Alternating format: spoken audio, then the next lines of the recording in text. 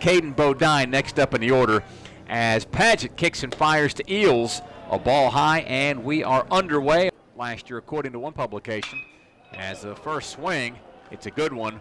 A single into left center. And Bodine aboard for the second time today. He's 2 for 2. I've reached my peak. Thank you. First pitch to Bender. Pokes a single the other way between first and second into right field. That advances Bodine to second. Prize prospect ever since he left Elgin, South Carolina, as the pitch to the plate misses, and the throw down to first base also misses. That's got Bodine running around to score from second base, and Coastal is on the board, no thanks to a couple of issues defensively for Carolina. You know, I'm not too worried about the errors, though, so far. Payoff pitch, swing and a miss, strike 3. Runner taking off, slides in safely at second base. And we've got batter interference, you're right, which will wipe off the base runner as well. And in a roundabout way, that ends a very unique inning. Yeah, very unique inning. Finish up my thought quickly. Not worried about the defense because the majority of the errors that we have made have been mental mistakes, like that throw from Frick. He knew he shouldn't have thrown that. Those will get cleaned up throughout the year. So the Shots score a run, 2 hits, 1 error. Another payoff pitch came inside and hit him on the forearm, I think, maybe the hand. His win came against Davidson. The 0-2, slow roller to second base. Eels boots it, throws to first. He's late, and Wilkerson reaches on the E4. In this inning, but they've got 2 base runners, top of the order up. First pitch sails by Garrison, and both runners advance on the wild pitch. The 2-1. Vance gets a good piece of the ball, but lines it towards left center. It's dropped by Lucky, the center fielder. Stokely comes in to score from third base while the ball was in the air. Wilkerson had to wait. He can only get to third. The bottom of the third, tied at 1. Next pitch came inside, and that hit Horvath. Oh, boy. It's just where it hit exactly. What did it do? First pitch to Vanderbrake comes inside and hits him. Everybody moves up 90 feet. Wilkerson scores 2-1 Carolina. Literally the calm before the storm. The 1-2 bounced over to third base, juggled around a little bit by Barthol, throws to second to get 1. Another run scores as Honeycutt comes in on the 5-4 fielder's choice. Horvath off third as another ground ball hit over to the shortstop. Dooley to Eels for 1. That was as tailor-made as you like. The 1-2. Lucky swings and beats the shift with a line drive single into left center. Honeycutt gets to it on the outfield grass, backhands it. Deals to the plate, and again, the shift is absolutely beaten by Coastal on a lazy liner into shallow right center. Brown with his first base hit. That advances Lucky to second. Fastball came inside and hit him. The 0-2. AC with the slider cued off first base and into right field. A bad break for the Diamond Heels. Coastal has Lucky come around to score, and Brown touches home plate. That's a 2 RBI single off the bat of Gallison, and this game is tied at 3. And a run scored. First pitch to the lefty. Fly ball to left field. Casey Cook, whose name we barely called this afternoon, records the out, and the inning is over. It's been icing on the cake. The 1-2, line past third base. That's a fair ball. Vanderbrake around first. Coach Howell points him towards second. He'll scoot in with a stand-up double. And Jackson Vanderbrake in scoring position. The microphone like you have in football. First pitch to Frick, grounded past the shortstop. Dooley into left field. Vanderbrake around third. Here comes the throw. He dives in safe, and Carolina's retaking the lead at 4-3. The plate in the top of the 6th. Payoff pitch, Osuna takes inside, and he'll head down to first base aboard for the first time today. The pitch. There's a line drive over the shortstop's head. Frick waved around from third. 5-3 Diamond Heels. The last 4 have reached. 2 of those 4 have scored. Horn deals and Castanazzi a big bouncer over to short. The throw to first. It's a little low, but dug out by Bender, and the inning is over. To try to keep the 6th going here for Coastal with 2 down and the base is clear.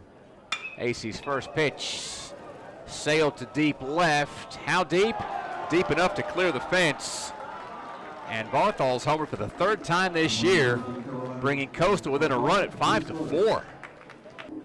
It'll be a nice resume enhancement as Vanderbrake takes an off-speed pitch high for ball 4. Milwaukee still at first. There's 2 down. And Cook bounces past first and second into right field. Vanderbrake chugging around second. He'll get to third standing up. First and third. The 0-1. Castanasi, a big smash into the gap, right center field. That scores Vanderbrake to make it 6-4. Coach Forbes sends Cook. Casey with the throw on the way, dives in, safe. It's a 2-out, 2 RBI double for Johnny Castanasi. Kyle, the Tar Heels sink or swim based on what they do with 2 outs and runners in scoring position in 2023. 4 for 9 in the game now with 2 outs in the inning, 2 for 5 with runners in scoring position.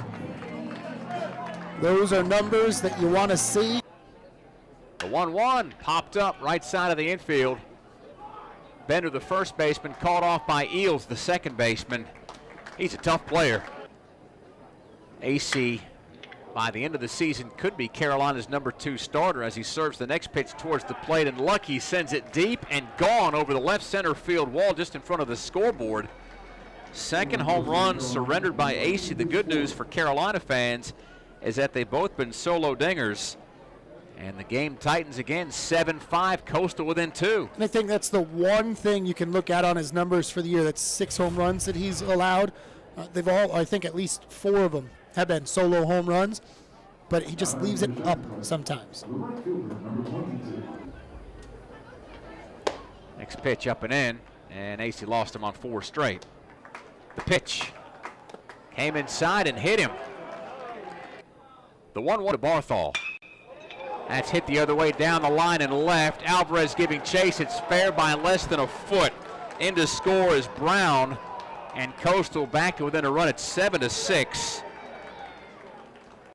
on an inch perfect double down the line and left by Barthol.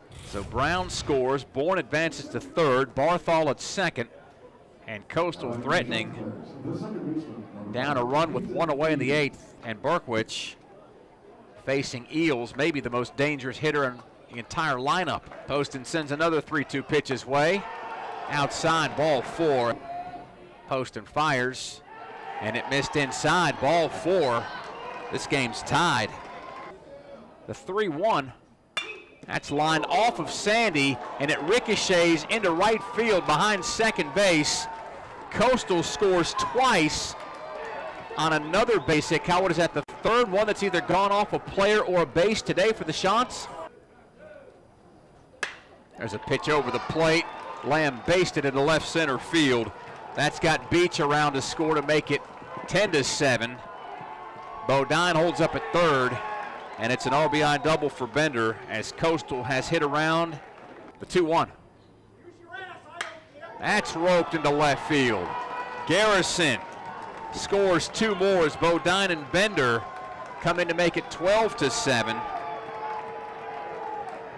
The Shots have scored 8 runs in the 8th. Carolina has given up all season. Previous to this, the Tar Heels had allowed 6 in the 8th at East Carolina.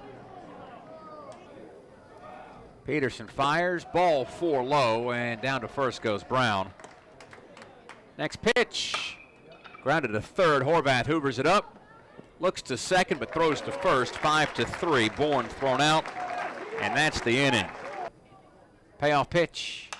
Frick in on the hands, lifts a lazy pop to the first baseman in foul territory on the back line of the coach's box, and Bender claims the first out of the 9th. And there's a 5-pitch walk on a fastball outside. Cook and Castanasi, the next 2 to the plate, the only 2 yet to face Sharkey. First pitch, Cook lines to center field, and running in to make the play is Bourne for out number 2. Righty-righty matchup. First pitch, that's lined into right center, and a base hit for Castanasi advances Osuna to second, and the Tar Heels refuse to go quietly in the bottom of 9. The 0-2 pitch to the freshman, and he swung and missed at strike 3. Game over. Coastal gets the 12-7 victory.